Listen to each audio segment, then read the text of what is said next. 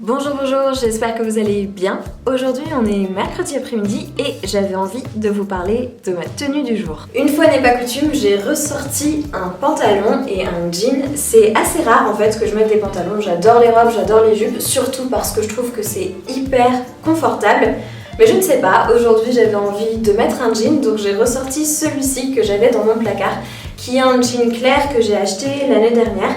J'aime pas du tout les jeans bleu foncé classiques, donc j'avais trouvé celui-là en bleu clair qui m'avait beaucoup plu pour le printemps, je trouvais que c'était super sympa.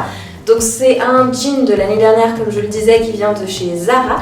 Et je l'ai assorti avec ma petite blouse en dentelle de chez Cézanne que j'ai aussi acheté l'année dernière, mais cette fois-ci à l'automne, que vous aviez déjà vu dans plusieurs de mes vidéos. Et j'aime beaucoup l'association de ces deux pièces entre elles.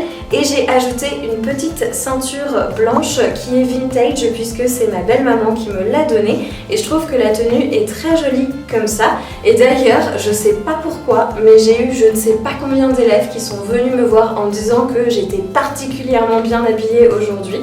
Donc clairement, c'est qu'il s'est passé quelque chose. Mais en tout cas, je trouve que l'association des deux pièces est super sympa. J'ai beaucoup aimé, ça m'a fait du bien en fait de ressortir un pantalon. Alors c'est vrai que d'habitude, quand je filme et que je porte un pantalon, j'aime pas trop me filmer en entier parce que j'ai pas la taille mannequin ou quoi que ce soit. En fait, je me dis que c'est sympa aussi de voir des corps un peu de toutes les formes sur internet. Donc écoutez, voilà, en entier, ce que ça donne, avec mon corps qui est le mien et qui fait la taille qu'il fait. J'aime beaucoup le rendu, je trouve que c'est vraiment très joli ensemble. Et je vais vous montrer avec quelle veste j'avais associé le tout. J'ai été la chercher parce qu'elle était rangée, mais pour finir la tenue, du coup, j'ai porté l'ensemble avec cette veste de tailleur que j'ai aussi achetée l'année dernière et qui fait gling gling parce que, il y a encore mes clés de voiture dedans. Voilà. Donc j'avais mis ça avec cette veste de chez Zara que j'ai acheté un peu sur un coup de tête l'année dernière parce que j'avais bien aimé la couleur. Donc elle est plutôt bleue avec quelques traces de vert dedans et je trouve que c'est super sympa l'ensemble. Et bien évidemment je me voyais pas du tout mettre des talons avec cette tenue, donc j'ai sorti une vieille paire de baskets qui est plus très fraîche, qui est une vieille paire de Stan Smith qui est du coup ultra confortable. Mais l'ensemble est vraiment hyper agréable à porter et pour le coup a beaucoup plu. Donc je me suis dit que j'allais partager ça avec vous, peut-être aussi pour vous donner quelques idées. Mais voilà, je trouvais que c'était vraiment extrêmement sympathique. Et en termes d'accessoires, j'ai donc ressorti mes boucles d'oreilles léopard de chez Nash Bijoux, dont je vous ai déjà parlé plusieurs fois sur cette chaîne. J'ai également mis ma bague Ana Luisa toute simple que je porte hyper régulièrement. Et la petite nouvelle que je porte juste ici, qui est une bague de la marque Tamardiste que j'ai trouvée sur Vinted pour moitié prix et dont je suis extrêmement contente. Alors c'est une bague qui est absolument énormissime, mais je trouve qu'elle est extrêmement jolie, je l'aime beaucoup et donc j'ai décidé que j'allais la porter absolument tous les jours et donc depuis que je l'ai reçue, eh bien elle ne me quitte plus. Voilà pour le look complet et donc je vais aller reposer la veste parce que je commence à avoir extrêmement chaud et je vais aller m'occuper de couper quelques feuilles mortes sur mes plantes.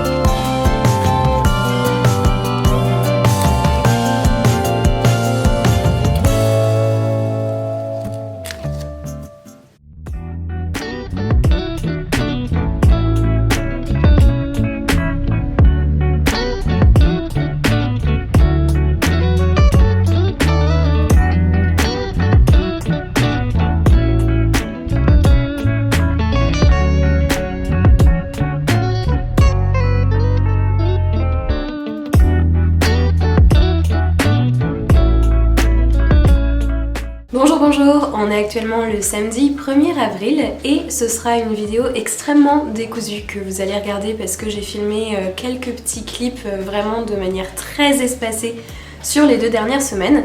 Mais aujourd'hui j'avais envie de terminer avec mes favoris du mois de mars. Alors vous excuserez ma voix de ménestrel, je sors d'une grosse grippe et en ce moment j'ai la voix bien chargée. J'ai encore un petit peu mal à la gorge, donc forcément j'ai les cordes vocales un peu abîmées et la qualité de la voix s'en ressent. Mais j'avais quand même envie de passer un petit moment papotage avec vous, donc sans plus tarder, on attaque avec les favoris. La première chose dont j'avais envie de vous parler, c'est d'une tenue que vous aurez déjà vue plusieurs fois et que je porte en ce moment. Il s'agit de cette robe de chez Make My Lemonade que je vous avais déjà montré en vlog. Ça a été la tenue que j'ai le plus portée au mois de mars. Je l'adore déjà parce qu'elle est ultra confortable. J'aime beaucoup l'imprimé, les couleurs, la coupe. Même si mon chéri, lui, ne l'aime pas du tout et à chaque fois que je la porte me dit « Oh non, encore celle-là, tu veux pas changer un petit peu ?» Bah non, parce que je l'aime trop, vraiment ultra confortable. Et même là en ce moment où j'ai fait l'effort de m'habiller un petit peu correctement parce que voilà, je filme, et bah c'est celle-là vers laquelle je me suis dirigée parce que j'ai l'impression de rien porter en fait, d'être en pyjama tellement c'est confortable.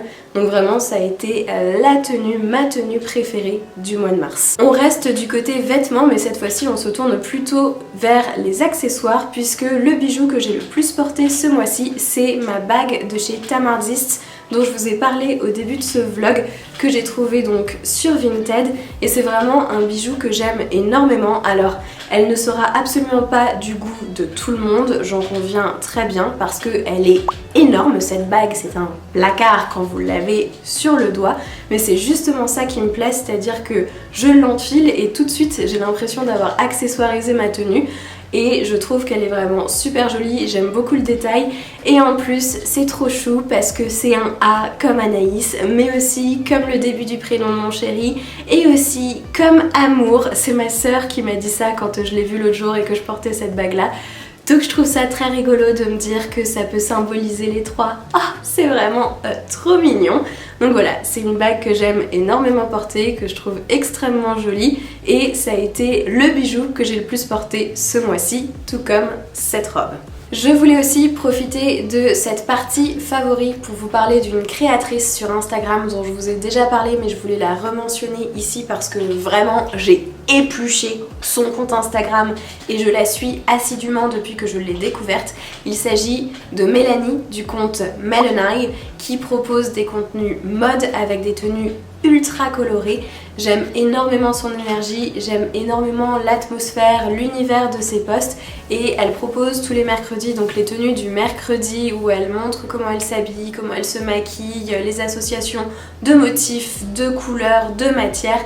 J'aime beaucoup ce compte donc je voulais absolument le rementionner ici parce que vraiment à chaque fois que j'allume Instagram, je vais voir les posts de Mélanie. Je vais passer cette fois-ci à une catégorie soins. Alors je ne vous parle jamais de maquillage ou de produits de beauté sur cette chaîne, tout simplement parce qu'en fait j'en ai très peu. Mais depuis quelques temps, j'ai envie de refaire un peu une routine soins parce que ma peau est pas hyper en forme, elle a des gros patchs de sécheresse et tout. Et en gros, pour faire une petite histoire, une petite parenthèse anecdote, ça fait grosso modo 2 ans que je travaille énormément, j'ai passé mon concours pour devenir enseignante, je suis devenue enseignante, j'ai mis beaucoup d'énergie dans mon travail et je me suis un petit peu délaissée à côté. Et en fait, l'année dernière, quand j'ai fait la rentrée de septembre, je me suis dit que ça pouvait pas continuer comme ça et que j'avais envie de nouveau me prioriser. Donc j'ai recommencé le sport en me disant qu'il fallait que je me remette en forme parce que je me sentais vraiment plus en forme du tout, essoufflée à chaque fois que je montais un escalier, etc. Donc ça me convenait absolument pas. Donc je vais de nouveau au sport 2 fois, voire 3 fois par semaine. Je me suis aussi dit qu'il fallait que je fasse absolument attention à moi, que je m'accorde du temps, etc. Et là, la chose à laquelle je m'attaque, du coup, c'est un petit peu une routine de soins pour prendre soin de ma peau parce que voilà, les gros patchs de sécheresse, tout ça, c'était pas possible. Bref, tout ça pour dire que j'avais envie de vous parler d'un produit soin pour le visage, un produit hydratant qui est cette crème Kiehl's qui s'appelle Creamy Eye Treatment with Avocado. qui est donc une crème contour des yeux que j'ai découverte grâce à la chaîne de Et pourquoi pas Colline, que vous devez absolument tous connaître parce que Colline, voilà, sur YouTube, c'est un peu une des premières personnes que j'ai commencé à suivre. Elle fait ça depuis Mathusalem. Bref, elle en parle énormément. Je me suis dit que j'allais tenter. Donc forcément, quand j'ai voulu refaire un peu une routine de soins, je me suis dit que c'était sur cette chaîne que j'allais aller trouver des conseils parce que je lui fais confiance et parce que je sais qu'elle parle beaucoup de produits. Et donc, j'ai suivi ses recommandations. J'ai acheté cette crème. Alors, on va pas se mentir, là, ce petit pot de crème coûte, il me semble, la modique somme de 28 €. Donc, c'est quand même un petit budget. Il n'y a que 14 ml à l'intérieur. Mais elle est vraiment ultra efficace. J'adore la texture, elle a une texture extrêmement crémeuse et en même temps dès qu'on l'applique elle se liquéfie un petit peu, ce qui fait qu'elle pénètre extrêmement bien. Il y a besoin que d'une infime quantité pour faire tout le contour de l'œil, donc je trouve ça hyper agréable et surtout elle est extrêmement efficace. C'est incroyable, mais du coup j'avais vraiment des gros patchs de sécheresse autour des yeux avec la peau rouge, avec... Vous savez, de toute façon, ça, voilà, ça faisait des petits morceaux de peau craquelée, etc. Et j'ai plus du tout ça depuis que je l'utilise. Vraiment, j'aime énormément. J'ai plus de sensation d'inconfort, de tiraillement. Donc je trouve que c'est vraiment un super produit que j'aime beaucoup, beaucoup. Et du coup, je suis extrêmement contente de l'avoir testé. Et je pense que la prochaine fois, si je dois en racheter, enfin quand j'en rachèterai, parce que je pense que c'est celle que je vais adopter là pour... le futur proche, eh bien je prendrai le pot qui est un petit peu plus gros et qui du coup coûte un petit peu moins cher par rapport à la quantité. Mais voilà, c'était vraiment un produit que j'ai beaucoup aimé ce mois-ci et je me suis dit que j'allais le glisser dans mes favoris parce que vraiment je l'adore. En termes de loisirs, il y a deux choses dont j'avais envie de vous parler. La première est un jeu vidéo auquel j'ai joué sur la PlayStation. Il s'agit de Witchwood, que je vous avais déjà présenté en images au début du mois et que j'ai terminé ce mois-ci. Alors Witchwood, c'est l'histoire d'une petite sorcière qui doit accomplir des quêtes pour une chèvre. Alors la chèvre symbolise forcément le diable, et au cours de ces quêtes, elle va rencontrer plein de personnages différents, dont la plupart d'ailleurs symbolisent des personnages de contes de fées un petit peu, mais avec un twist plus sombre sur ces personnages.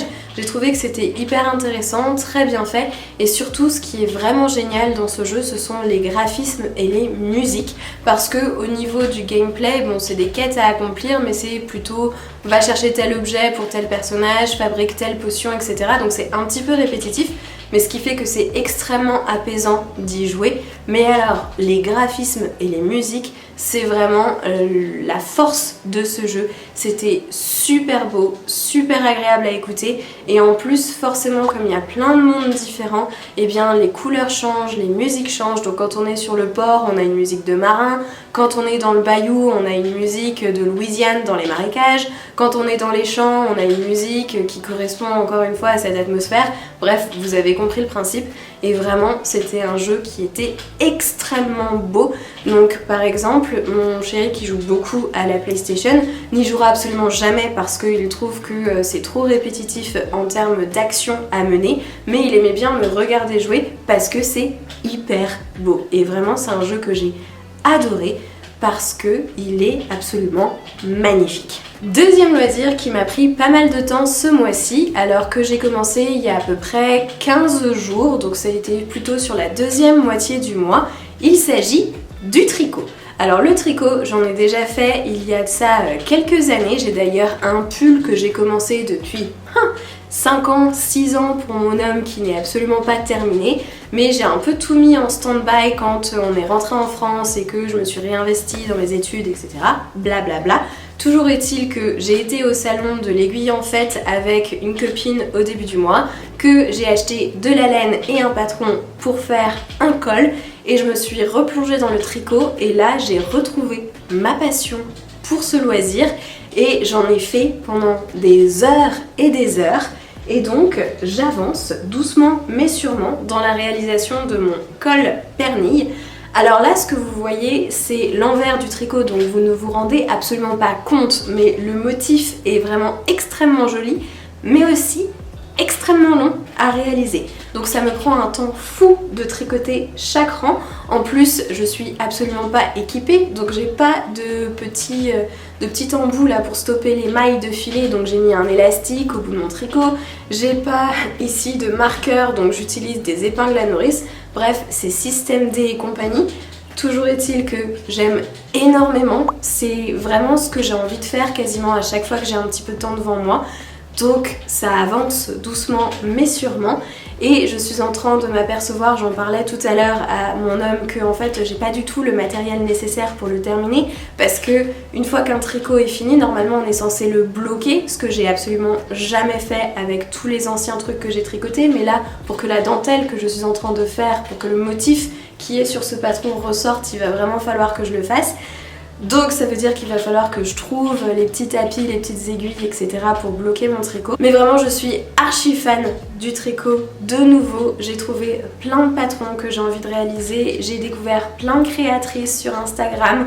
J'ai déjà plein d'envies. J'ai déjà d'ailleurs recommandé de la laine et un patron de pull pour mon prochain projet. C'est vous dire à quel point ça m'a happée.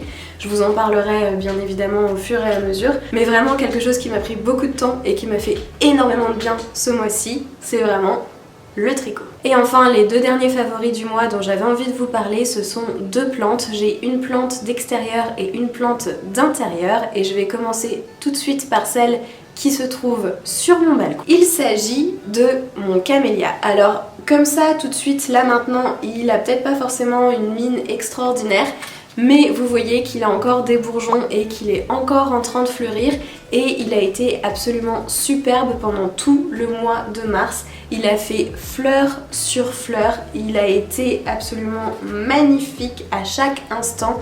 À chaque fois qu'il y avait une fleur qui fanait, il y en avait une nouvelle qui s'ouvrait.